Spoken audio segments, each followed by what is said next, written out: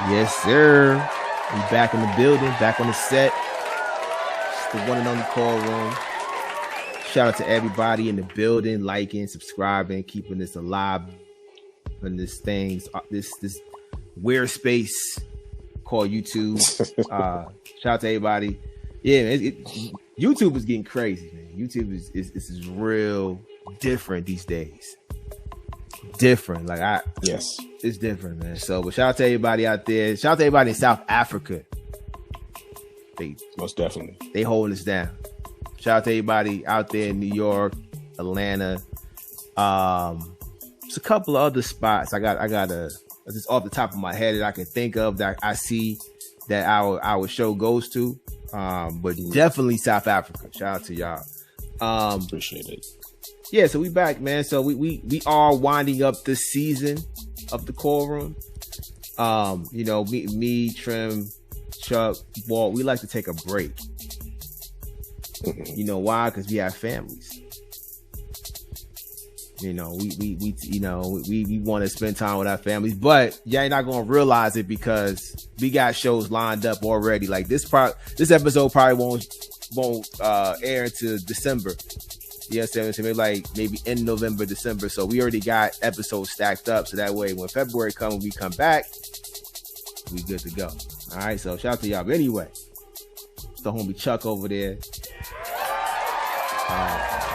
homie Trim Walt will be in a minute soon. But today, now I love when we have guests, man.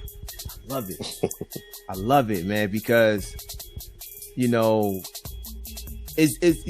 always kick it with each other, but it's always good to get a fresh face, fresh voice, a servant of the people. You know what I'm saying? Somebody who is passionate about finances. And yes, finances is hip hop, man. Anything cool is hip hop. Anything taking care of your family is hip hop, right? Because it's cool. You know what I'm saying? But you can't take care of your family without the finances. You know what I'm saying? So we have someone in the building that's really passionate about that. He travels all over the world, giving people, tips and tricks on how to make their lives better.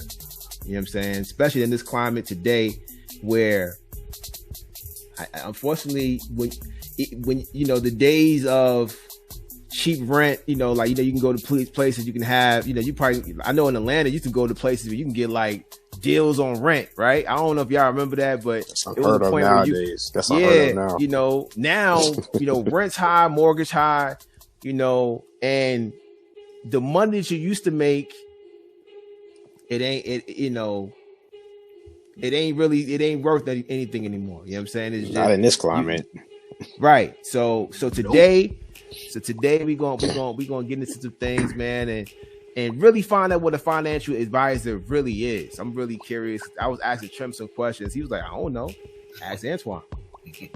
So we're gonna ask Antwan. Subscribe for the very latest. Play it, Daddy.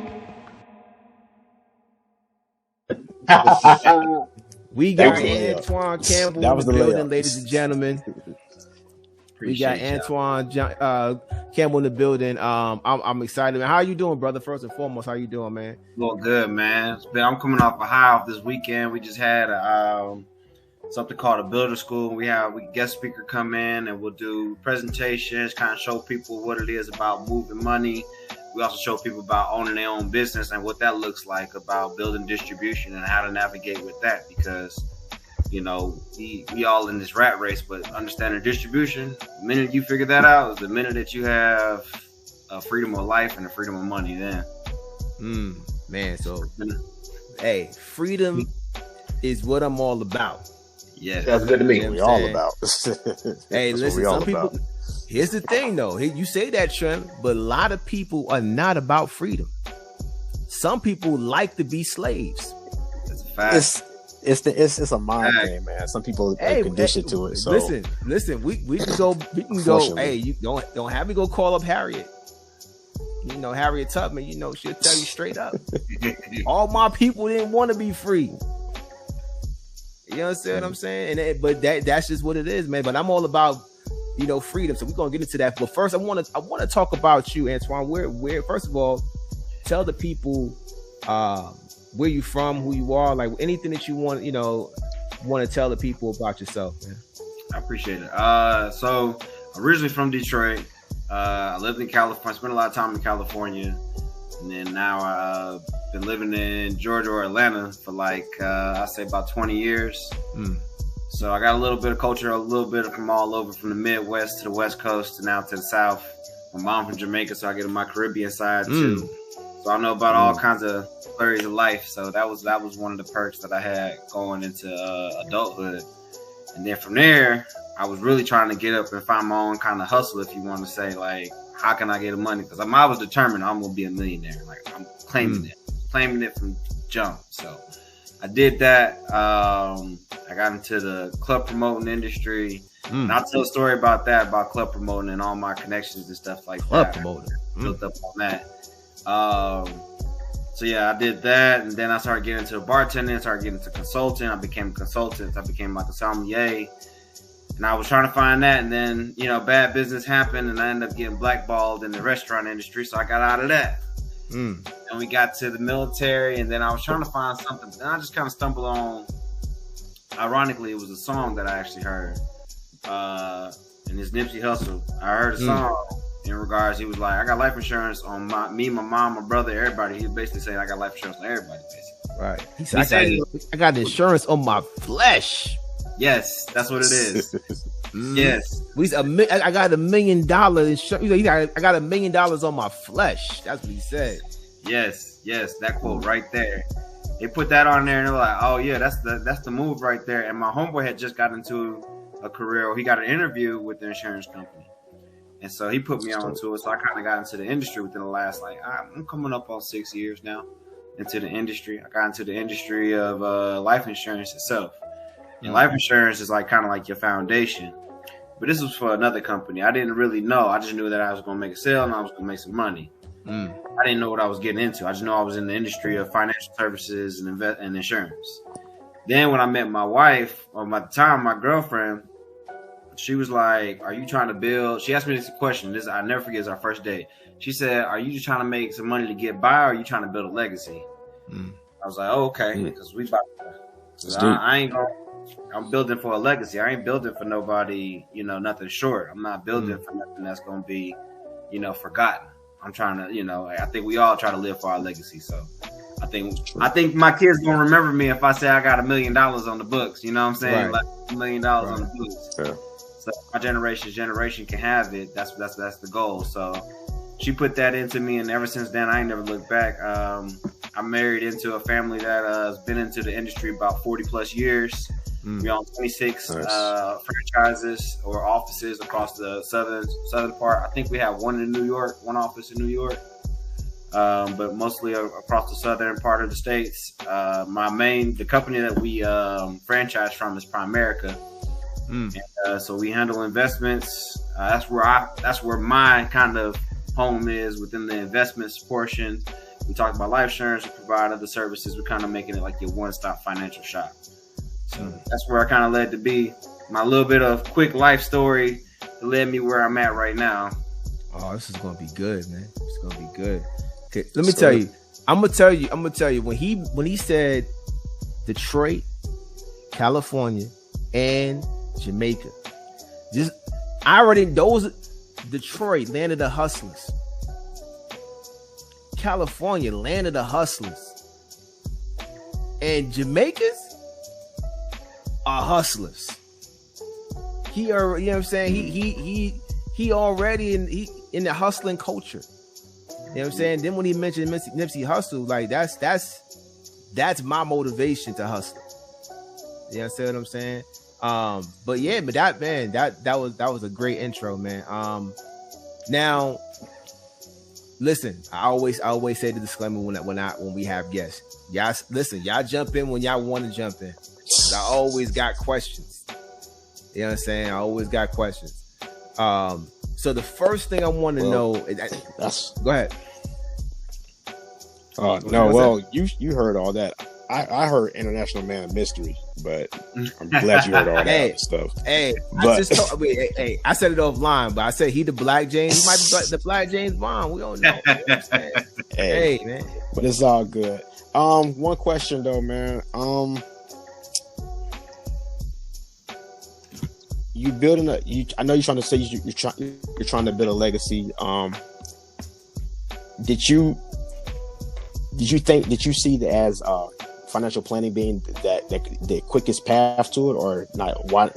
Why not choose like other facets like real estate or something like that? Why financial planning? So that's a funny story. You say that because everybody think, oh, let me go get my real estate license. I'm just gonna hustle that way. Yeah. But if you go Google what industry has the most millionaires in it, you'll see insurance or financial services number 1, and number 2 is real estate. So, dope. I mean, and then this is something also. It's only like 2% black. There's a black population in it. And thinking about it like that, like I really get the opportunity to make a big name. We get the opportunity to make a really big name in the financial world because that's not promoted. We got a lot of real estate moguls. We got people who doing really well. A lot of black folks that do really well in real estate, but you don't never hear nobody saying, "Oh yeah, we got a hedge fund." Black people that own a hedge fund, you don't hear nothing about that. And that's where you control a lot of things at. We talking about real control. I'm not gonna say we trying to take over the world. Right. But we talking about real control. We talking about really trying to make an influence, an impact for we supposed to focus on black folks. I'm not saying we gonna say can't come in the door or nothing like that, but we focus on that. That we want to make an impact when it comes to understanding finances. Because the question I always ask everybody is, what's your how do you understand money? Like, how do you learn money? Nobody really usually say my mom and my daddy. Right. My mom and my daddy said, just save your money. That's all they kept telling me to do. And pay your debt off. Yeah, exactly. And get a 9 to 5. Get a good job. Do what you can. Get your benefits. Get a good job. Then they tell you, what else? Go get a house. That's your milestone. Cut up your credit cards. Yeah, and cut up your credit cards. Exactly. Right? That's your financial education as a black person. So you know how we all live that same story of save your money, keep some cash too. Keep your cash in the shoebox. Hide that under there. Right. Exactly. You know what I mean? So don't nobody talk like that. So these conversations happen in other households that we don't know about. Every other family. Facts. I need you to put insurance on me. I got a mutual fund on you. I got this going on you. And then we're going to circle back and have this meeting in about another 10 years and show this money goes back. These conversations don't happen in our household. Right. So, gotcha.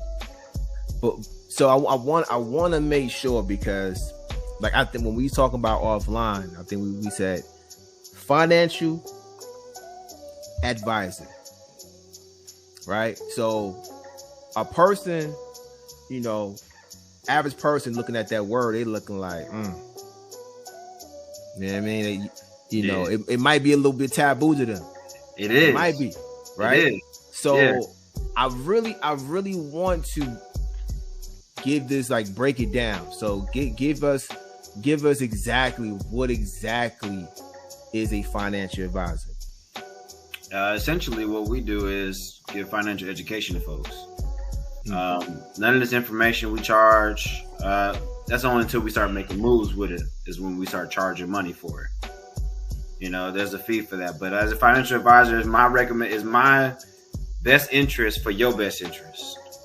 I don't do anything until you make sure that you know what you're doing with your money. I'm here to educate you on the products, the opportunities to make more money, to make sure that your safety, even in the worst case scenario, that you are protected as far as money, and make sure that your family is protected as well too.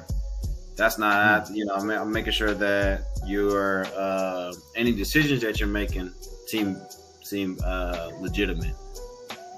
Those are the things that I'm working on. Those are the things that I'm making sure happens as a financial advisor. We just making sure that you got the best options for you to make the best decision with your money.